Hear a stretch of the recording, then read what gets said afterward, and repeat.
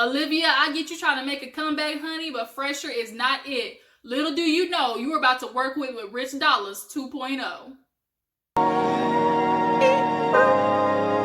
Put it out the coupe at the lot. Told him fuck 12, fuck swap. What's up, you guys? Your girl Gigi back. We are back from the Super Bowl weekend. I hope some of you guys won some money. Hopefully none of you guys lost no money. I'm sure a lot of you know, idiots out there probably bet your mortgage, your rent money, or your electricity bill, you know, for the 49ers. And if you did, you gonna be SOL, my homie, this month, because, bitch, you gonna be out there eating meals in the dark because the Chiefs put this one out. I'm absolutely proud of Mr. Pat Mahomes. He's a fellow Texas mate. You know, he pulled it through.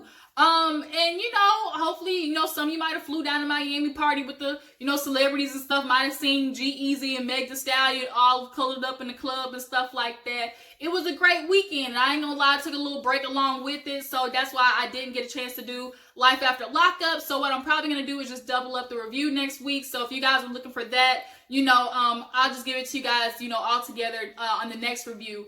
But nonetheless, we got to talk about, let's talk about the halftime show real quick. What do you guys think about that? Did J-Lo, you know, serve? Did Shakira do good? I absolutely was proud of Shakira. She came back and proved that, bitch, her hips still don't lie. Had to let Jenny know before you was around here from Jenny on the block. You know, I'm Shakira, bitch. I was the original Latina, okay? And then, you know, J-Lo, what I have to say about her is she's a technically... You know, she always technically puts on a great show, great dancers, great pyrotechnics, the whole situation. But she just lacks that feeling, that oomph, you know, that comes with a concert when you're there. You want to sing along, like, just the whole situation. Now, let's keep it real. After the oldie but goodies, you know, like Michael Jackson and Prince, Beyonce is the only one who's put on a magnificent show. Let's keep it funky. All right, Beyonce is just what it is, and everybody's always going to be a runner-up to her, you know, after this, until somebody new and next great comes along. Let's just keep it real. Beyonce is going to just keep the reins for it, okay? But nonetheless, y'all tell me what you think about the halftime show. Let's get into Love and Hip Hop New York. I mean, we see that Olivia's trying to make a comeback with her little purple mixed match hair. She want to claim Fresher hit her up after he lost Genesee. But little do you know, Olivia, like, bitch, you about to be in another tangled web. You thought you had some unfinished problems with Rich, but Fresher, you might have did your little research. You got the musical side, but you gonna learn soon enough. Miss Groupie Slayer, I'm sure, is gonna pull up on one of y'all little studio sessions, and you gonna learn real quick who she is, fighting over a nigga that don't even give a damn about her auntie ways, okay? But let's get into the episode. So it opens up with, actually, pause. If you haven't already, hit that subscribe button. Okay, join the fam. You know what it is. You know how that button worked down there. So let's get back into the episode. So basically, we open back up with Tahiri sitting there calling Jonathan stupid. Why you sitting there acting dumb and confused? You know what the situation is. Jonathan said, I'm going to eat that. Okay, I'm going to eat that because I'm wearing plaid. I'm a gentleman tonight. So he said, I'm going to walk away because I ain't trying to hurt your feelings.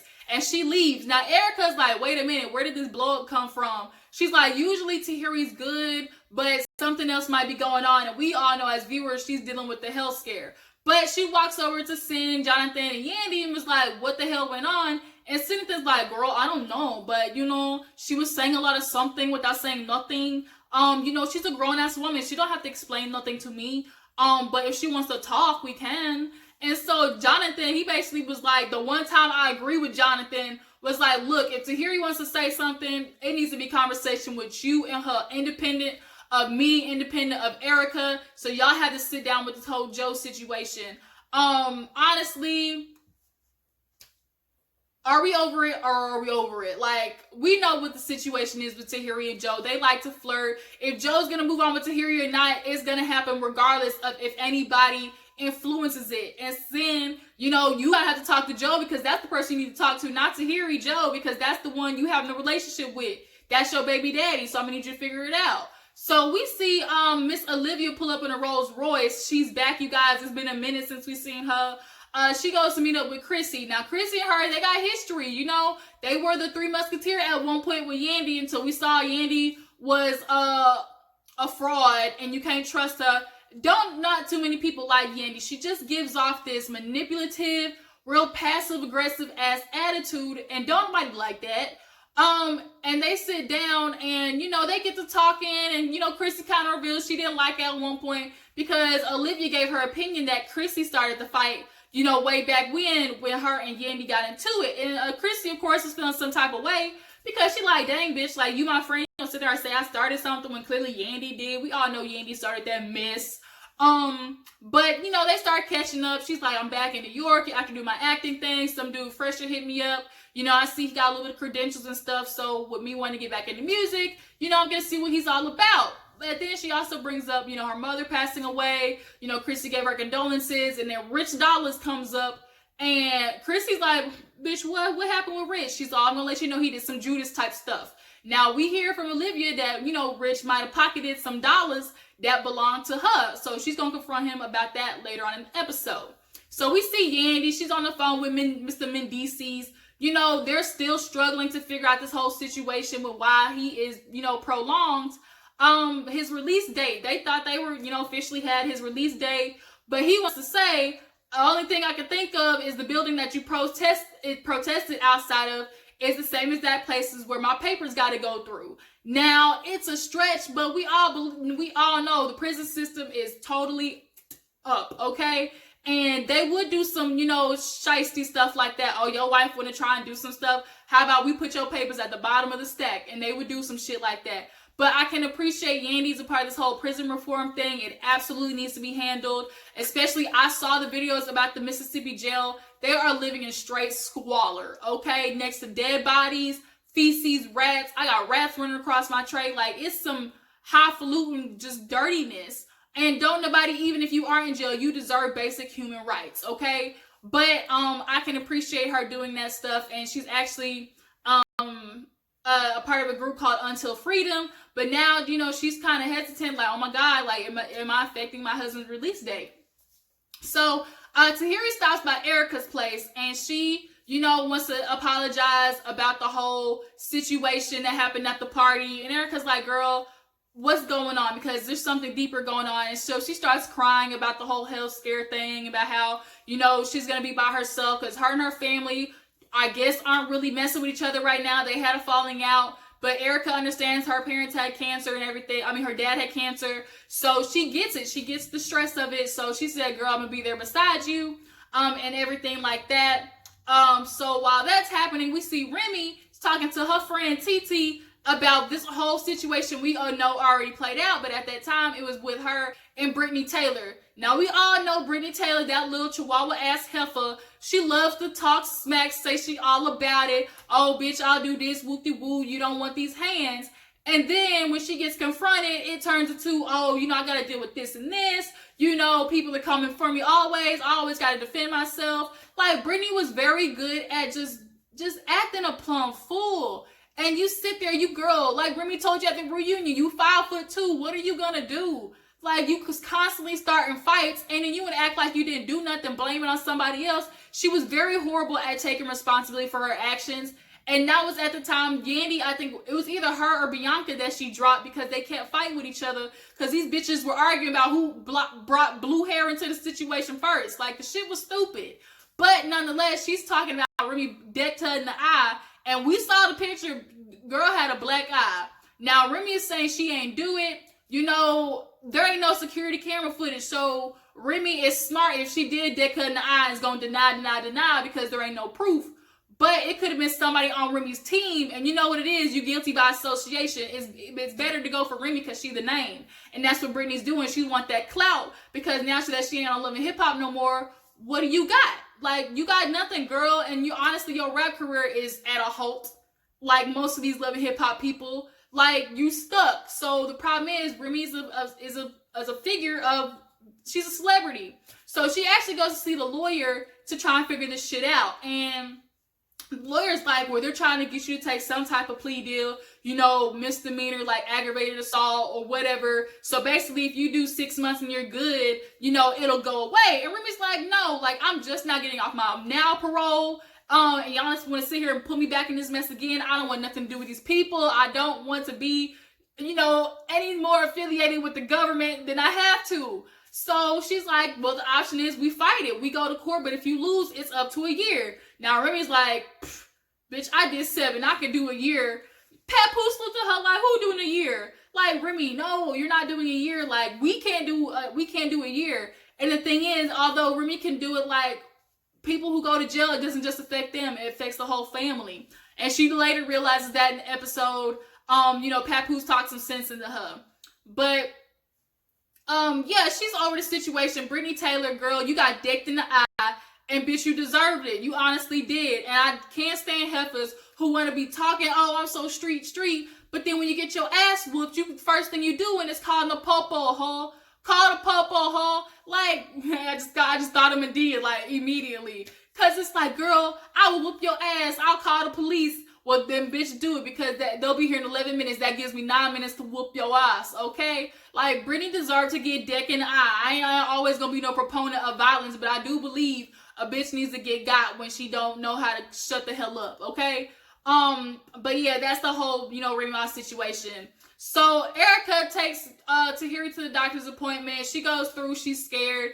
They do the mammogram. They want to do a biopsy on the stuff, and she's panicking in the room. And the biopsy comes back, and it's a benign cyst. Now, I actually, understand the situation. I have found lumps in my chest, and I'm actually quite young. I'm only now 25. But I have a history of cancer in my family. But luckily, I went to the doctor, and it's just fibroids, which is very common in women. All the time you get fibroids in your breast. So I understand what Tahiri was going through, but luckily, she's all good, cancer free. So Olivia has a little, I guess, like a little recording session, or what is it? What are they called? I guess a recording session, a little practice or whatever. She was doing a run through with her music, and Fresher pulls up. Fresher, he's still salty, licking his wounds about losing Jeopardize to Mr. Rich Dollars, and he's like, I'm prove him wrong. They gonna realize they messed up. Okay, nigga. Okay. You want to sit there, and Olivia, she explains to him, like, oh yeah, I'm back doing music. I saw what you did. Now she talking about, I did a little research on Fresher, and all you got was the music side, Olivia. Bitch, little do you know, like, this is about to be Rich Dollars, like, the new edition. This fool is $60,000 in debt for a bitch that he was fucking while he was still with his woman, that he still ain't married after 2,500 years. They got kids together. And then he can't keep his junk in his pants. Like, this is literally Rich all over again. Now, he would be like, yeah, I understand how you feel about Rich Dollars. He did some grimy stuff to me. He stole Jeopardize from under me. No, he didn't. No, he didn't. You lost Jeopardize because you wasn't doing your managerial duties. First of all, you can't take care of your own career, so how the hell you gonna take care of somebody else's career? You are staying at your grandmama's house, Fresher. Your grandmama's house, because your old lady don't want to put you back in the crib because you sitting there can't own up to the fact that you owe another bitch $60,000-$70,000, okay? So you need to own up to the fact that you can't handle money. First of all, Olivia, you think you got money issues with Rich?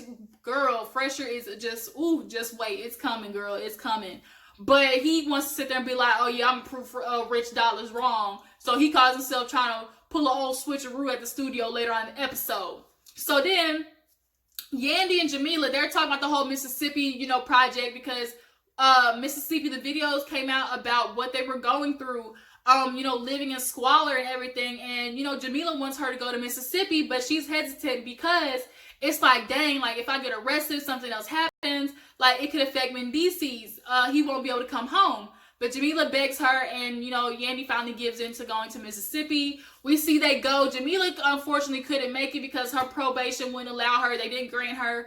But they did good work. I don't fuck with Yandy on a personal level, but I can appreciate on a humanitarian level, she does do, her due diligence. She does do a lot for the community. I can appreciate going to talk to the mayor, using her publicity for something good. Like, she's at least doing something with that.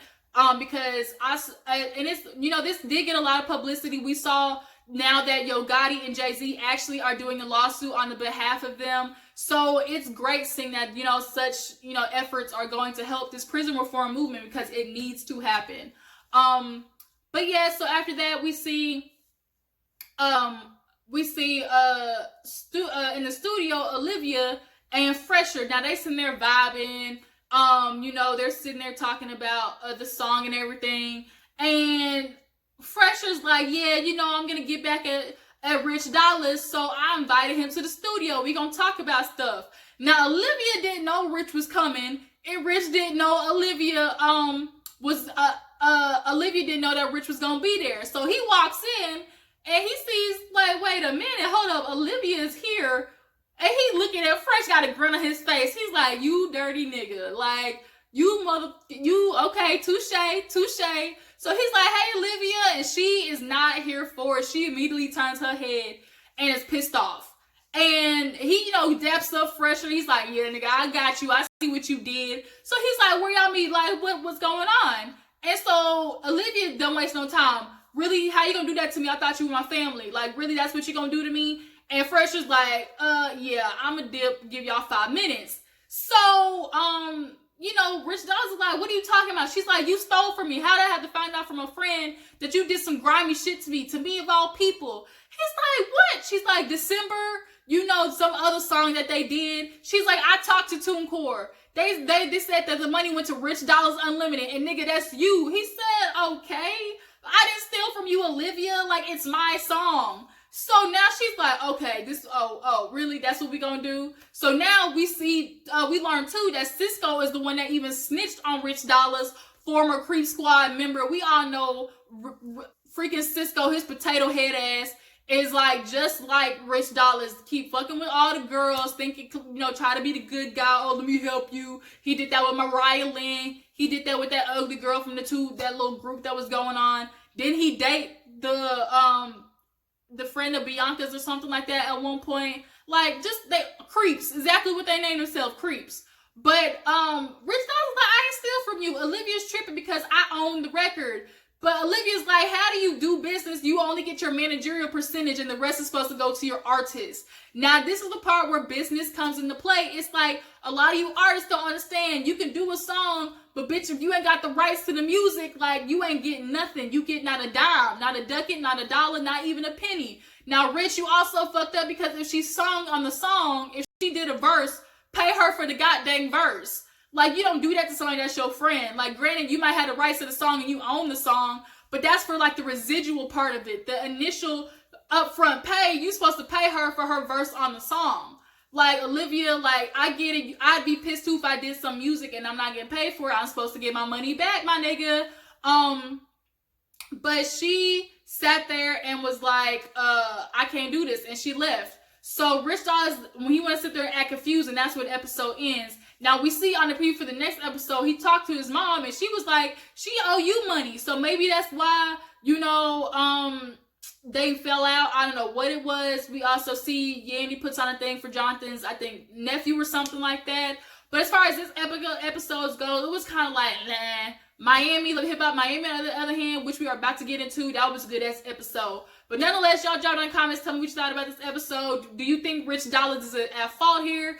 What do you think about Chrissy and Olivia getting back to being good friends? Do you think that's gonna work? We're gonna see. Thank you for tuning in. Don't forget to follow your girl on Twitter at ggdoll0321. I got a Cash App. Drop down in the description box. You'll see my little link. Donate a little here and there if y'all feel like, your girl is doing something good. Basically, if you donate to me, you donate to yourself, because any money that you give me, I'm going to put right back into, you guys, into my background, into my camera, quality, anything like that. Or whether if it's just a tip for, saying thank you for, making my day, just anything like that.